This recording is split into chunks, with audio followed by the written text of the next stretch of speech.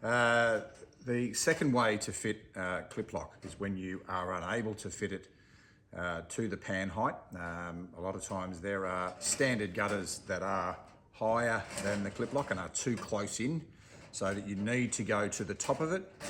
You obviously can't go and make the mesh sit to the pan height like we do with what we call our tag method.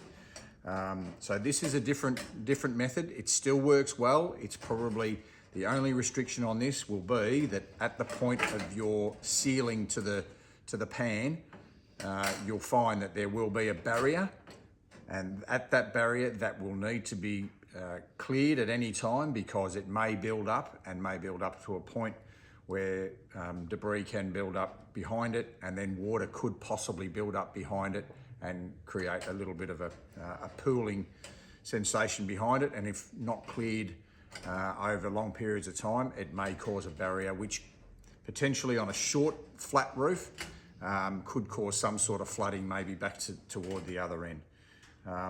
In the past, we've had several instances where we've found that these roofs now are used a lot on lower roofs, and they are used as flow for upper story downpipes. And as part of that upper story downpipe issue, the concentration of water is far too great to have this as a barrier without trying to divert that amount of water away from it. And that's in another module we'll talk to you about. But at this stage, this is the second way of fitting it. It is still a great way of fitting it, especially if there's not too much debris. If you're doing it for just sealing for vermin, this is fine. You can do this every single time. But if you want to do it because you've got debris around, the best method is the tag method the other way, toward the front. But this method is perfectly fine for debris and for ember protection. This would work well for ember protection. Anyway, this is one that I've pre-prepared earlier. This is actually 330 millimeters wide, this mesh. And what we've done is we've already cut the tags out to line up with the top of the rib. This width of this tag, we generally run at 20 to 25 mil. When you're going back onto the roof, you can go a bit further, a bit wider than the small tag, which you're trying to get up over the top here.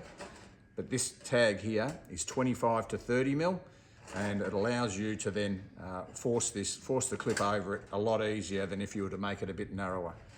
So we're not going to fix this just yet. We're going to fix them later.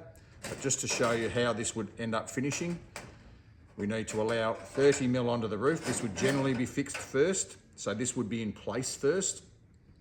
And then by doing that, you would then make these cuts after you fit it to the box gutter. It then allows these tags to be forced down into the pan.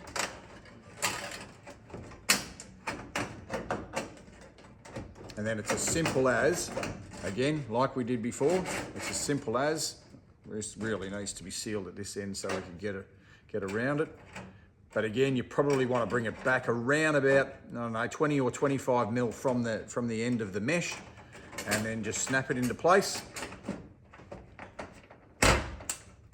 And it'll leave the tag exposed, but it also allows the mesh to sit further down beyond the bottom of the clip.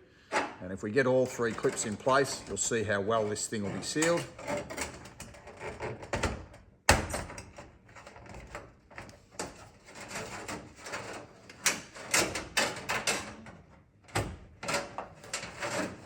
And that's the secondary method that we have. But as you can see, there's going to be a barrier here, but it is fine for vermin proofing, and it is also fine for ember attack. Potentially these cuts around about 100 mil long will do the job.